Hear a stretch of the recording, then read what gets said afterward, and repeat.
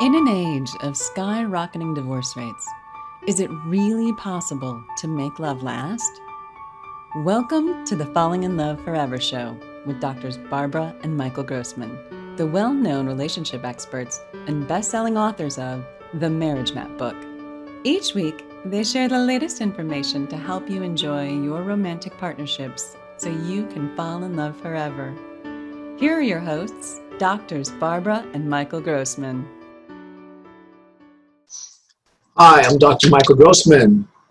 I'm Dr. Barbara Grossman. I am a medical doctor, anti-aging specialist, and I'm a licensed marriage family therapist. we are here to talk to you today and spend a few minutes talking about what you can do to raise your own immune system so that when the coronavirus comes around to you, your immune system is strong and you just experience it as just a little cold or nothing, as 50% of people do. You get 5% of people get very, very ill from it. But we're going to show you things that you can do yourself to keep your immune system strong. So last week we talked about some things, and you can go back and look at our recording where we talked about the practical things you can do to keep your immune system strong from the point of view of nutritional supplements. We talked about vitamin D. The average is 5,000 IUs a day. You should get your levels checked at some point. Taking zinc as a tablet, about 25 milligrams a day to 35 milligrams would be ideal. Very important to keep your immune system up. Colostrum products, which take the milk from mother's milk from newborn babies, from cows, which is identical to human colostrum. And it boosts your immune system to fight off viruses and any kind of infection. We talked about things like immunoglobulins that are also made from the colostrum, that are concentrated, that help to boost the immune system. Beta-glucan, which is made from baker's yeast, a great immune system booster. Turmeric, another anti-inflammatory immune system booster. We talked about many different herbs like echinacea, black elderberry, astragalus, licorice root, mushroom extracts. All these are very, very helpful for immune system boosting. Again, I refer you back to my last week's discussion where I go into this in some detail. Now, this week we want to talk about how stress affects your immune system and what you can do to reduce stress. Number one, and easy, is to help your sleeping. Sleep is essential to a good functioning immune system. And to help sleeping, there's a variety of things you can do from the emotional point of view, which we'll talk about in a little while. But from a practical point of view, we have melatonin. Some people need 0.5 milligram, some people will need 5 or 6 milligrams. But taking melatonin at bedtime will be enormously helpful for a good sleep. It makes you sleepy and it's harmless. The very worst, some people get a little annoying, intense dreams. You got to reduce your dose. Some people get a little too sleepy. You got to reduce your dose, but it's very, very safe. Next thing would be things like GABA, which is another nutrient that is very helpful for calmness and sleeping. It's available, widely available in many different supplements. L-theanine is a amino acid that's derived from green tea. Green tea has caffeine that speeds you up and has this other amino acid that calms you down. So taking the L-theanine is very important for calmness, and I highly recommend that you take it if you're feeling anxious and if you're not sleeping. It does not make you sleepy. It just helps you to calm down your mind so it's not so active. Next, there are many different supplements that have multiple things in it like this, but magnesium is very important.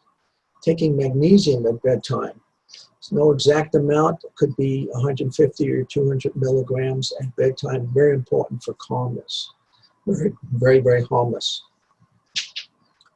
Progesterone is very important for women particularly. Can be used in men at much lower doses, but women, I do a lot of work in hormones, and progesterone is the most important hormone for women to get them to sleep properly. When you go into menopause, you lose progesterone, and women frequently don't sleep very well. So that is a prescription medicine. You'd have to talk with me or your own physician and get some prescription progesterone. There are many different herbs you can take. So we talked a little bit about some of the herbs, but now I want to focus on the herbs that reduce stress. So we have herbs like ashwagandha and rhodiola and ginseng. These are herbs that don't speed you up like caffeine, but have a calming effect and yet give you energy to deal with upsets and stress. And people who take these herbs do so much better. They're so much more able to deal with the upsets without feeling overwhelmed. So now I want to think about other things you can do to reduce stress. So anger, resentment is a big issue as an immune depressor. So when you have these negative emotions that build up over time, it has a huge effect on your emotions. So I'm going to let Dr. Barbara talk a little bit about what kind of things we're going to do to help you in that arena. So one thing you didn't mention about sleep is to have a routine for sleep, a structure for sleep, where you sleep the same hours every night, you get up at the same hour in the morning, you eat the same hours of the day. That routinizes your body, lets your body know what time it is, what's expected of it, and it will cooperate with you. And along with that structure, it's good to have a structure in your home. And the best structure to have comes from two partners who work together to create rules and organization for the house. When is chores to be done and which chores? When is bedtime? How to speak respectfully? What grades you expect? What kind of accountability your children have in letting you know where they are and what they're doing. That's for you parents in partnership to discuss and agree upon. And it takes some amount of conversations. Each of you partners come from different backgrounds, different family lives where you were raised with different rules. You might have different ideas about what to do, what not to do, and you have different temperaments that kind of incline you to a different style of living. And you need to negotiate your differences and work together so that together you create the authority of the house, and that nothing happens unless the two of you have agreed that it happens, and you parent together with an arrangement where children don't get to work a better deal with mom or dad. You come together to reevaluate the rules, and you decide together whether a rule changes. And the structure of the house is consistent, no matter whether a child is talking to mom or talking to dad. That keeps the house in harmony. It keeps the house organized. It reduces the amount of chaos. And there's all kinds of things you can work out together. What time is reading time? What time is homework time? How much screen time is available? There's all kinds of things to work out together. Now, as partners, if you've been together any amount of time, it is likely that you have unresolved experiences together with unresolved feelings. And it takes a skill set to learn how to talk about what doesn't work for you and what you'd like in the way of improved behavior in the future, so that your partnership gets into a kind of conscious alignment. And these are special skills that parents don't teach us, and that usually it takes coming into a lot of duress to decide to learn them. And we will be offering this skills class in a class called Becoming Number One with Each Other. We offer a parenting class. We offer a class for developing your partnership and learning how to resolve old resentments so that you can feel respected and appreciated by each other. And that will remarkably reduce the stress by creating harmony and understanding and great respect between the two of you, especially since we're spending so much time together. They were always fundamental elements to a good life, but they're even more, we're more aware of those elements now. We have a class on money, how to deal with the complexities of money, which there's many of them going on now. We want to do it in a way that reduces the stress. And we have a lot of practical suggestions of how to do that. We'll have a class on sex. For married couples, sex is so important to be connected to each other emotionally and physically and reduce stress. And having good sex with each other is so important for your physical well-being as well as your emotional well-being.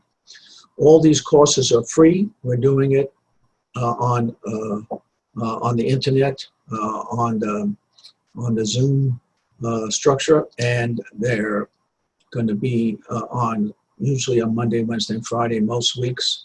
And you can get the schedule from our internet on ocwellness.com or themarriagemap.com, and you'll have the structure of when the classes are. And if you miss a class, you'll be able to see some of the classes after they occur. And we're happy to have you watch them. Happy to have assist you and support you in this time of great need and great stress. So it's a pleasure talking with you. Anything you want to add, Maria? Well, this is a good time to, we should use our time to grow, all of us. This is an opportunity that's rare in my lifetime, and I'm not young. This is unique, and we hope you join us. Thanks so much. Look forward to speaking to you and being with you all. Thank you for watching the Falling in Love Forever show with Doctors Barbara and Michael Grossman.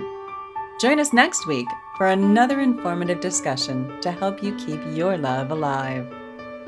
Be sure to visit us at themarriagemap.com or find out about our relationship classes at fallinginloveforever.com.